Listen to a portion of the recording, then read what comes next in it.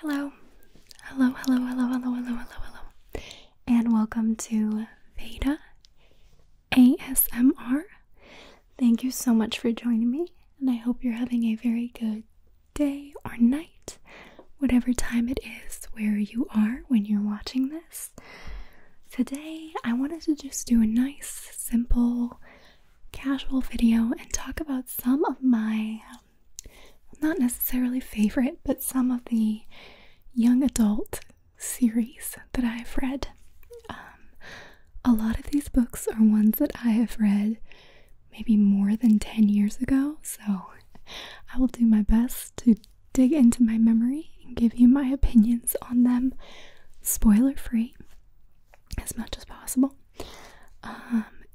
And some of them I loved. Some of them I did not like so much. Some of them I didn't even finish. Maybe I read the first and second and just couldn't be bothered with the third of a trilogy. So we'll talk about lots of these. Let me know in the comments if you have read any of these. I'm sure you've read at least a couple of them. They're very popular for the most part.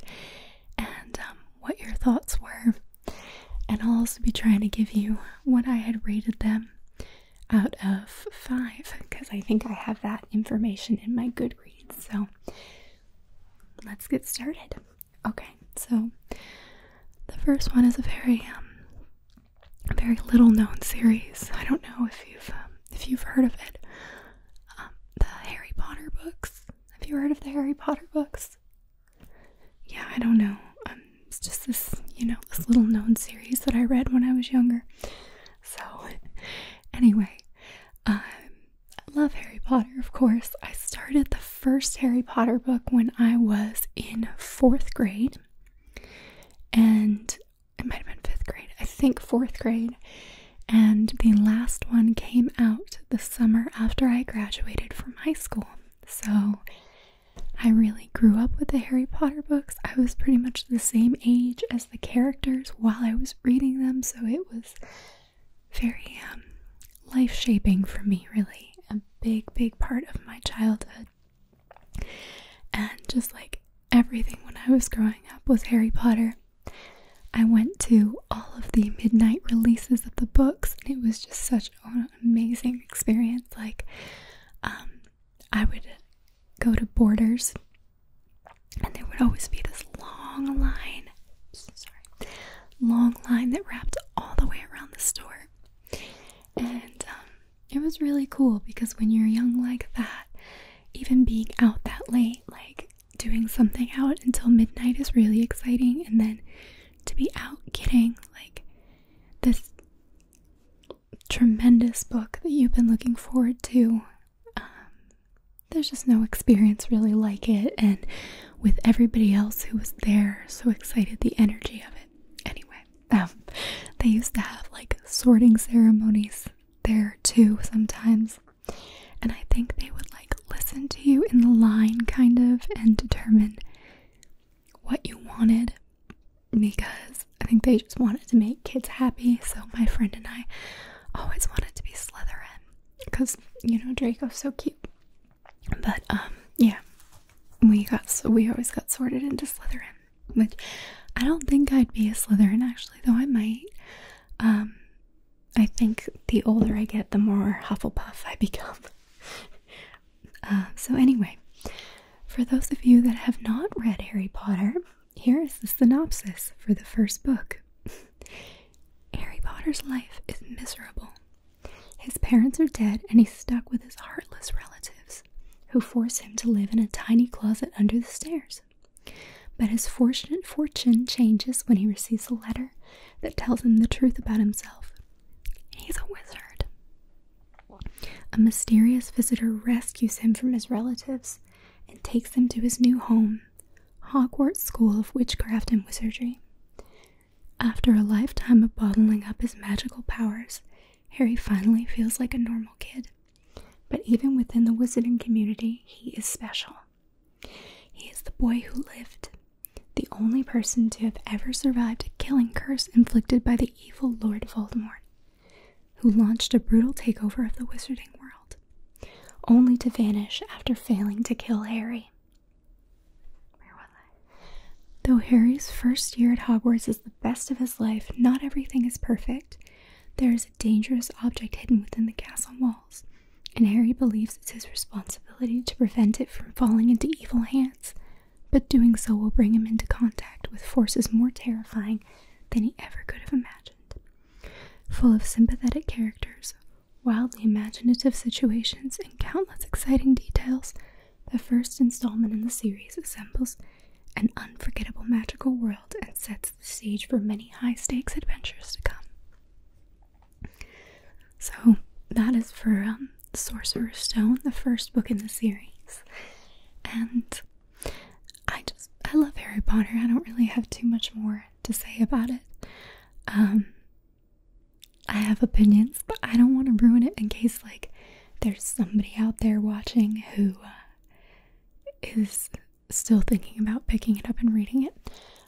Note, even as an adult, you can get a lot of enjoyment out of these books. The first book is, you'd still enjoy it. It's more of a children's book, but they do get a lot darker and more complex as the series progresses. And my husband actually didn't read any of the Harry Potter books until he was an adult, and he loves them more than I do, so you can still enjoy them if you haven't read them yet. Okay, the next series is The Hunger Games. The Hunger Games, The Hunger Games, The Hunger Games. And I really liked The Hunger Games, loved it. I love the books. I really liked the movies. I thought the first movie was the best, probably. But in terms of the books, I really liked all of them. There are some series on this list where the first book was amazing, and then after that, it goes downhill. I don't feel that way about The Hunger Games. I think it stays very strong, and I like it a lot. I like the characters, and in particular, how strong the main character is. The synopsis says, "Could you survive on your own in the wild, with everyone out to make sure you don't live to see the morning? In the ruins of a place once known as North America lies the nation of Pan Am, a shining capital surrounded by 12 outlying districts. The capital is harsh and cruel and keeps the districts in line by forcing them all to send one boy and one girl between the ages of 12 and 18 to participate in the annual Hunger Games, a fight to the death on live TV. 16-year-old Katniss Everdeen, who lives alone with her mother and younger sister, regards it as a death sentence when she steps forward to take her sister's place in the Hunger Games. But Katniss has been close to death before, and survival for her is second nature. Without really meaning to, she becomes a contender, but if she is to win, she will have to start making choices that weigh survival against humanity and life against love." So, really good, action-packed, very good love story too, but it's not the only thing in it. She becomes the face of a revolution, so it's not just a girl looking for love. There's more to it, and it's very good. And I think probably a lot of you have already read it or seen the movie because it's incredibly popular. Okay, the next one, and I swear there are a few lesser known on here, but my first several are like blockbuster movies. It's super popular series. The next one is Divergent, and I loved Divergent. I loved the first one. So Divergent is one of those that I think like sort of goes downhill as the series progresses, and I still enjoyed all of the books, but they became less enjoyable as it went on, and I really liked the first one the most, and I like the concept of it. So okay, Divergent. In Beatrice Pryor's dystopian Chicago world, society is divided into 5 factions, each dedicated to the cultivation of a particular virtue: candor, the honest; abnegation, the selfless; dauntless, the brave; amity, the peaceful; and erudite, the intelligent. On an appointed day of every year, all 16-year-olds must select the faction to which they will devote the rest of their lives. For Beatrice, the decision is between staying with her family and being who she really is. She can't have both, so she makes a choice that surprises everyone, including herself. During the highly competitive initiation that follows, Beatrice renames herself Triss and struggles alongside her fellow initiates to live out the choice they have made. Together, they must undergo extreme physical tests of endurance and intense psychological simulations, some with devastating consequences. As initiation transforms them all, Triss must determine who her friends really are and where exactly a romance with a sometimes fascinating, sometimes exasperating boy fits into the life she's chosen. But Triss also has a secret, one she's kept hidden from everyone because she's been warned it can mean death. And as she discovers unrest and growing conflict that threaten to unravel her seemingly perfect society, she also learns that her secret might help her save those she loves, or it might destroy her. So, that is Divergent. I like the different faction aspect of that one. It's kind of interesting. And it has an interesting love story element too, but like Hunger Games, that's not all there is to it. Okay, so this next one I'm going to mention might be the best written and strongest characters out of any other than maybe Harry Potter. Harry Potter is in a class of its own, but this one is amazing, and if you haven't read it, read it. I actually really like the second one the best. So this is called Graceling by Kristen Cashore. Graceling. And what sets this one apart is that though there might be a love story, it is very much secondary to the other plot elements and the story, and the main character is so strong, and it eschews some of the traditional values. Like, it addresses things like premarital sex in a way that a lot of young adult books do not, like, and doesn't put women into I don't know, she's very strong, heroic type female characters, and it's not like, oh, this is a girl, she can't be doing this. It's like, this is expected of her, this is her character. So it's very interesting. So Graceling is the first one. Katza has been able to kill a man with her bare hands since she was 8. She's a Graceling, one of the rare people in her land, born with an extreme skill. As niece of the king, she should be able to live a life of privilege, but graced as she is with killing, she is forced to work as the king's thug. She never expects to fall in love with the beautiful Prince Poe. She never expects to learn the truth behind her grace, or the terrible secret that lies hidden far away. A secret that could destroy all 7 kingdoms with words alone. With elegant, evocative prose and a cast of unforgettable characters, debut author Kristen Cashore creates a mesmerizing world, a death-defying adventure, and a heart-racing romance that will consume you, hold you captive, and leave you wanting more. So, very, very good. I think one of the major parts of it is somebody is kidnapped, and you kind of have to find out who did it, but I'm not doing it justice. Katza kind of goes on a mission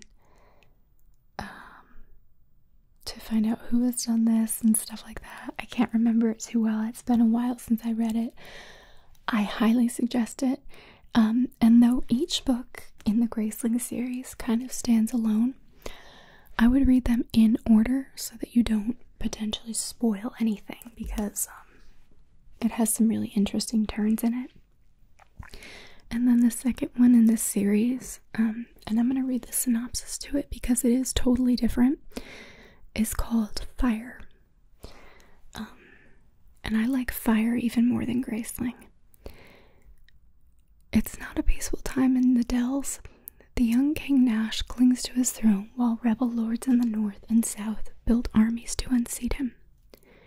The mountains and forests filled with spies and thieves and lawless men. This is where Fire lives. With a wild, irresistible appearance and the hair the color of flame, Fire is the last remaining human monster. Equally hated and adored, she has the unique ability to control minds, but she guards her power, unwilling to steal the secrets of innocent people, especially when she has so many of her own.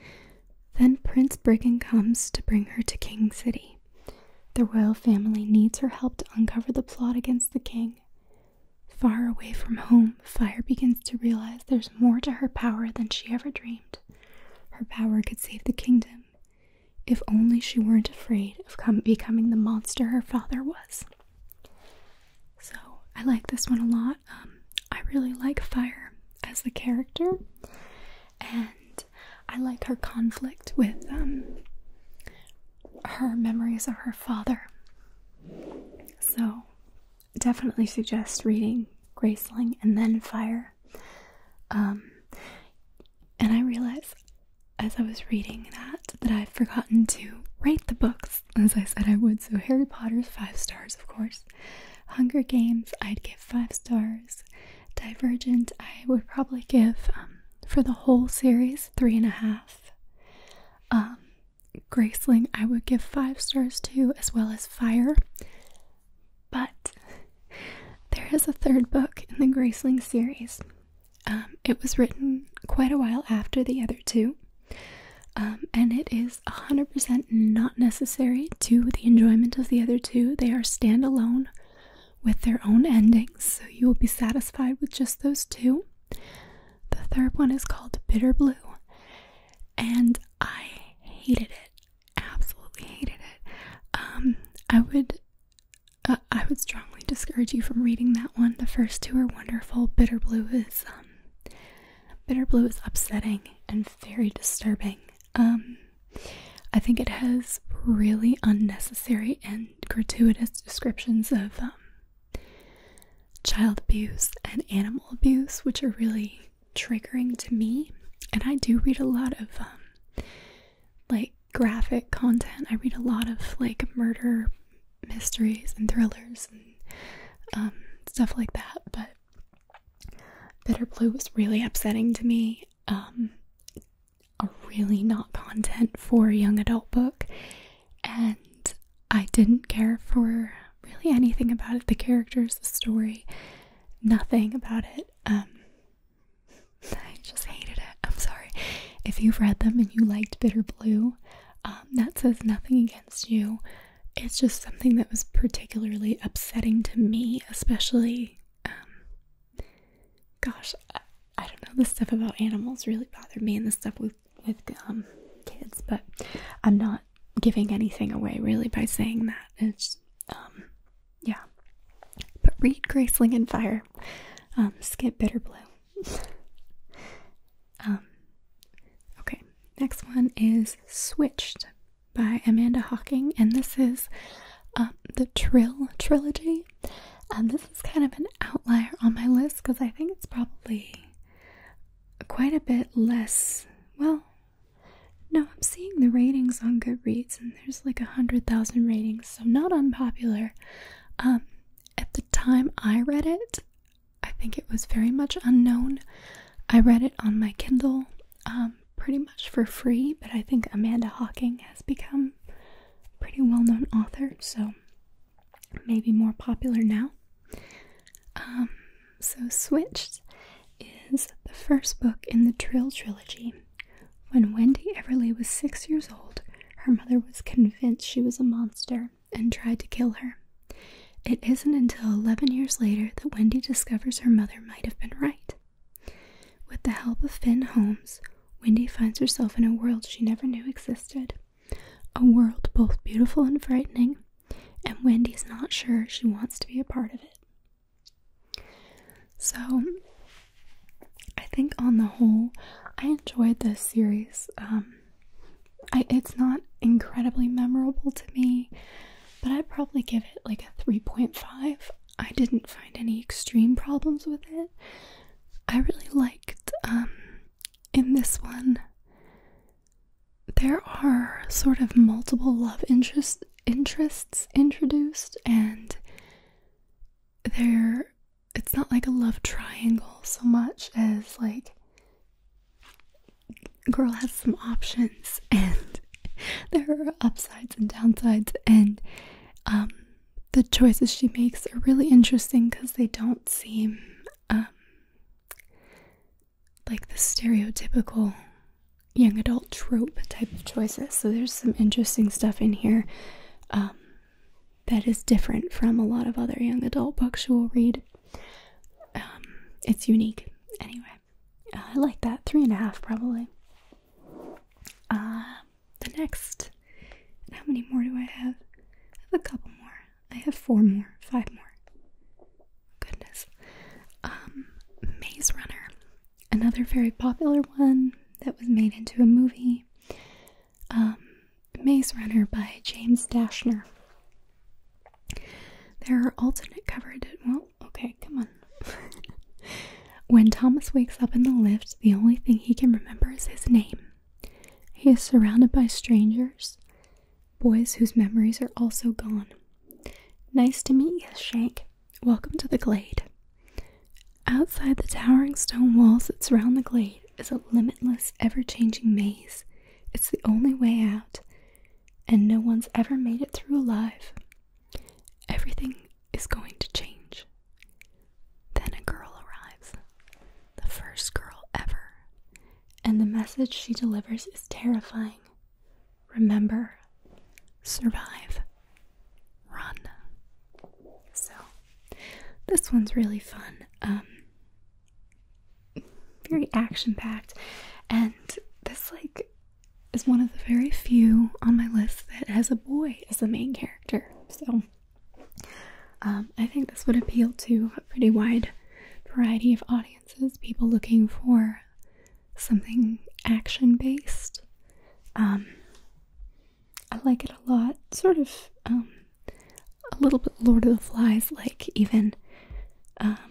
But this is one where, I don't remember if I actually finished the series. So I loved Maze Runner. The second one, it was okay. And then the third one, I cannot even remember. So check it out and see what you think. I'd probably give the first book a 4. But I can't remember the others. So, yeah. Okay. Okay, so this next one, my neck is stiff. This next one is, okay. It's called Matched by Ali Condy. In the society, officials decide who you love, where you work, when you die. Kasha has always trusted their choices. It's hardly any price to pay for a long life, the perfect job, the ideal mate. So when her best friend appears on the matching screen, Kasha knows with complete certainty that he is the one, until she sees another face flash for an instant before the screen fades to black. Now Kasha is faced with impossible choices between Xander and Kai, between the only life she's known and a path no one else has ever dared follow, between perfection and passion. Matched is a story for right now and storytelling with resonance of a classic. Okay. I think it's a little boring. I liked it. I read the whole series. The first one is the best one. But I think it just felt so long. It really felt dragged out, and I don't think Kasha is the most interesting character. She's not super dimensional compared to the other main characters we've talked about. And some of what happens in the book is just kind of like, yeah, right, like that. It's not super believable, some of it. Especially something that happens toward the end of the series, but it's still entertaining, and I think it's still good. Just not my favorite. The first one is the best, and then kind of, oh my goodness, just not my favorite. The first one is the best, and then kind of goes downhill after that. Okay. Here's one that I actually didn't like, and I did not finish. Uglies by Scott Westerfeld. And I actually think I might have read this when I was too old for it, because it seemed very immature at the time that I read it. And again, if you really liked it, you got something from it that I didn't get. I am not calling you immature. It just didn't resonate with me. Tally is about to turn 16, and she can't wait. In just a few weeks, she'll have the operation that will turn her from a repellent ugly into a stunning pretty. And as a pretty, she'll be catapulted into a high-tech paradise where her only job is to have fun. But Tally's new friend Shay isn't sure she wants to become a pretty. When Shay runs away, Tally learns about a whole new side of the pretty world, and it isn't very pretty. The authorities offer Tally a choice: find her friend and turn her in, or never turn pretty at all. Tally's choice will change her world forever. So it has some interesting, like, storyline and thoughts on, like, society in general and stuff. But just the slang that's used in it and the dialogue, it just feels so dumbed down to me. Like, I think in a way a lot of it is how the pretties are supposed to talk, because they're supposed to be kind of vapid and dumb, but it just, I don't know, I didn't really like it. I don't really have a whole lot to say about it, but I think it's pretty popular. I just didn't care for it. Okay, this next one, I adored the first book, but it's another one of those where the first book was so good and then it just, like, kind of fizzled out. And I did finish this series, but I think I gave it like a 5 for the first book, like a 4 for the second book, and like a 2 for the last book or something. Okay. In an alternate United States, love has been declared a dangerous disease, and the government forces everyone who reaches 18 to have a procedure called the cure. Living with her aunt, uncle, and cousins in Portland, Maine, Lena Holloway is very much looking forward to being cured and living a safe, predictable life. She watched love destroy her mother and isn't about to make the same mistake. But with 95 days left until her treatment, Lena meets an enigmatic boy, Alex from the wilds, who lives under the government's radar. What will happen if they do the unthinkable and fall in love? So, unlike the others where there's a love story, but there's like other stuff that might be more important, the love story is kind of central to this one, I think, just because in general it's about love being basically treated like a disease. Anyway, I liked this one, especially the first one. I rated it as a 5 in my Goodreads, but the others were not so good. You do get to learn more about her mother, and her mother is really interesting what you learn about her. cannot remember why I disliked the second and third book so much. But I think it did go downhill, so if you've read it, let me know your thoughts down below. I'm curious about this one in particular because I can't remember why I didn't like it after the first one, but I know I didn't. Okay. And the last one, it's another little known book. The last one is Twilight. And I did read all the Twilight books. I wasn't like super into Twilight, but I might have had a cardboard cutout of Edward that was given to me for Christmas kind of as a joke, but I kept him in my living room for a while when I was like 20. 10, almost 12 years ago, I guess.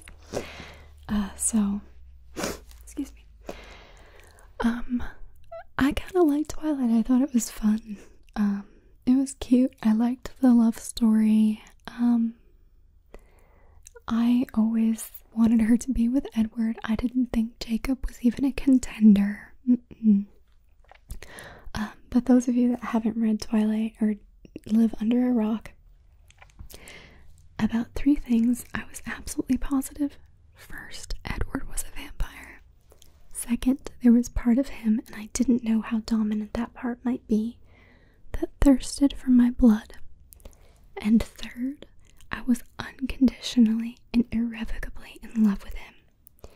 Deeply seductive and extraordinarily suspenseful, Twilight is a love story with bite.